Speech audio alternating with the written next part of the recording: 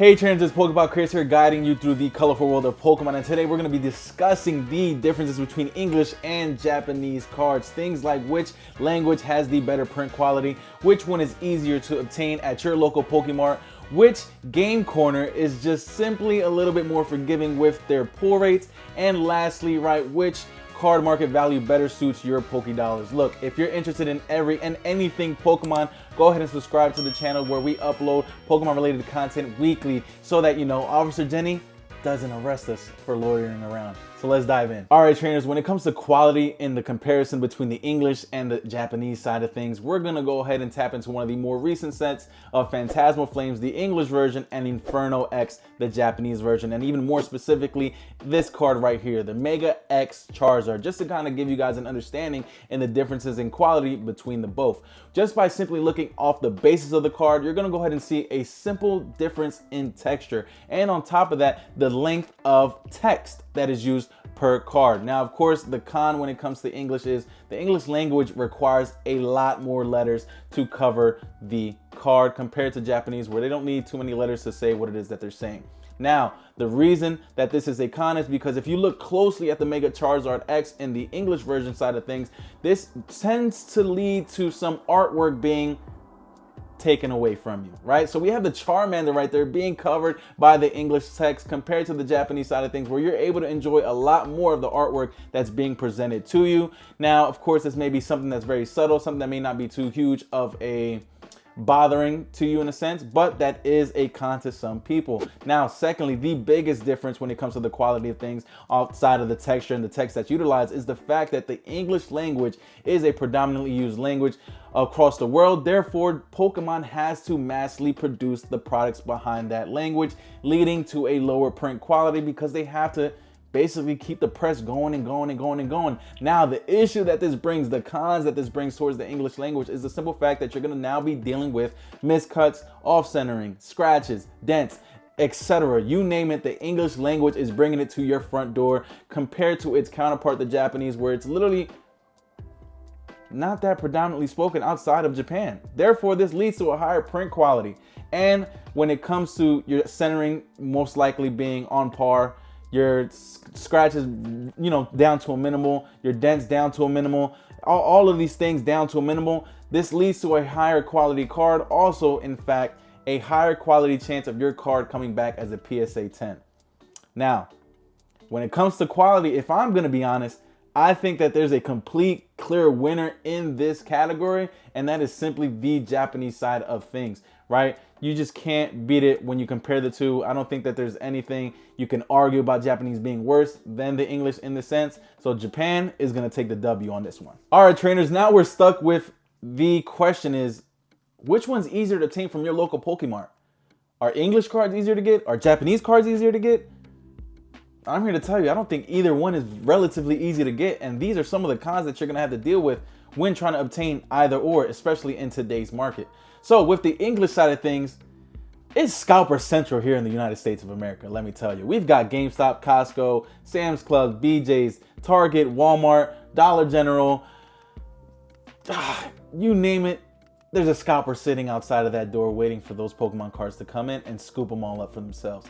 It seems like, although you're still able to somewhat get cards for MSRP, if you're, waiting in lines and things like that, in order for you to get a mass amount of cards, it seems like botting is the only way for you to get a large quantity of this product for MSRP value to satisfy your Pokemon needs.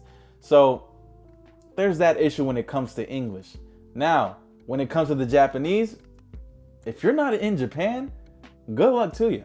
I think that's probably one of the hardest things when it comes to Japan is the simple fact that if you're not from there or live there, you're not going to have access to these cards unless you're using something like VPNs and proxies to allow you to have access to shop from Pokemon Center in Japan directly from wherever it is that you are in the world. And on top of that too, I guess the only other outlet that you have to getting distribution of these said cards is if you have a literal plug in Japan, right? Someone who lives there, family member, friend, whatever the case may be. This is relatively going to be your only way of accessing this product for MSRP in the Japanese market. So here you have not literally physically living somewhere to have access to these cards, And if you physically live in this said place, aka the United States, you're gonna have to literally crawl and fight with scalpers until you're able to get something for the average collector, in a sense. When it comes to the availability of these products at your local Pokemart, I say they're both relatively very hard to access. Now it's more just of a question of, what do you trainers want to deal with? Let me know in the comment section down below if you'd rather deal with the Japanese side of things or the English side of things. Which game center are you guys going to, right? Are we going to the English game center or are we going to the Japanese game center to drop our hard-earned Poke dollars? Now, when it comes to the English game center, I'm here to tell you this.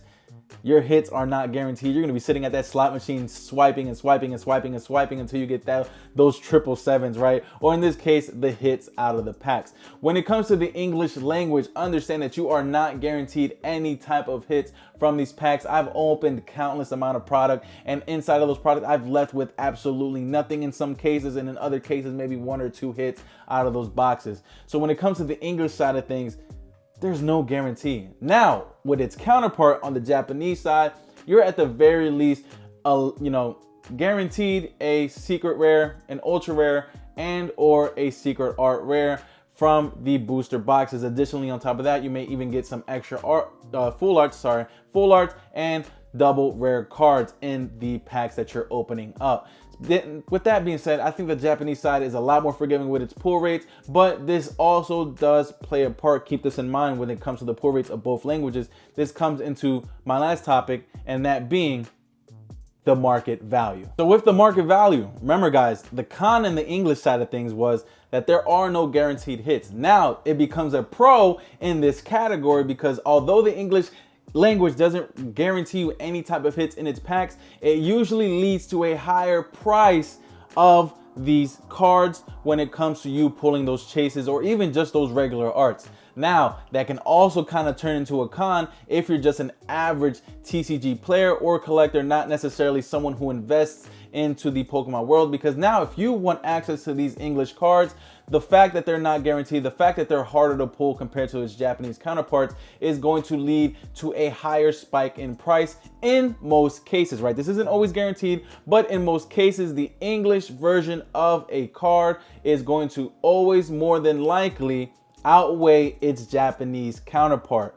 Now, on top of that, with the market value of these products being, outlandishly high priced, you're going to deal with its sealed product also increasing in that sense. So the longer that something is, valued, the longer that something is held in, and the higher that these price points get, it becomes a question of, do I realistically want to buy into the English side of things, right? Do I want to pay $500 for this one box just to potentially pull this chase card that is maybe worth 3, 4, 5, 6, 7? Yeah, what's your A1C at? 6.7! 600! Right? Or why don't I just go out of my way to buy this specific chase compared to me actually buying the sealed product? Now, this is where the Japanese side has its pros and cons, right? When it comes to the cons, right, we're gonna go back to the English. It more than likely, in most cases, is undervalued outside of its English counterpart. But on top of it being undervalued outside of it, next to its English counterpart, you're gonna run into the beautiful side of things for my average TCG collectors out there who love buying into Pokemon cards and just like collecting arts, right? If the English side of things are just simply too expensive for you guys, the Japanese may just be an alternative for you to go ahead and tap into, right? If we go ahead and take a look onto my screen right here, I'm gonna go ahead and pull this up for you guys. If you look at a booster box of Inferno X, which is the Japanese set that we just covered a little bit a while ago, you're gonna see that a booster box of Inferno X at this current market, right? We're on, what day is it? Is it December 8th, right? It's December 8th.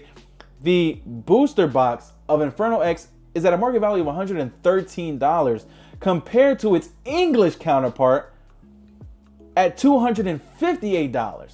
Now, I'm going to show you guys the English and Japanese side of the card as well. We have the English Mega Charizard X, the chase card out of the set, at a market price of $601. Its highest sale price, remember how I said English usually outweighs Japanese, its highest sale price was $1,050. Sorry, $1,050. compared to its Japanese counterpart, which is just now, like I said, it's sometimes outweighs, sometimes they're relatively close. The Japanese counterpart is only, what, $3 less in terms of its market value. And on top of that too, its highest sale price was $800. So see how the English outweighed the Japanese at first, but now that they've come closer into, you know, the set kind of aging a little bit, they're relatively close in price. And of course, like I said, massively produced. Japanese has only sold about 86 copies of this Mega Charizard X compared to its English counterpart, which has sold about 244 at this current time. So, you guys have heard what is the differences between the quality, the easy obtaining of said products through your local Pokemart, the pull rates at your local game center, and now you're seeing the market value of each. And the real question of it is it really comes down to you guys on the other end of this camera. Are you looking to collect? Are you looking to play? Are you looking to invest? A lot of these pros and cons of each set is what you should really take into consideration when looking at both of them. And I'll leave that up to every single one of you guys to decide which is the better language. Are we going with English as king, or are we going with the Mecca of Pokemon, Japan, as king? This is Pokepal Chris. I appreciate every single one of you guys tuning in. Go ahead and see you guys next week. Love you. I'm out.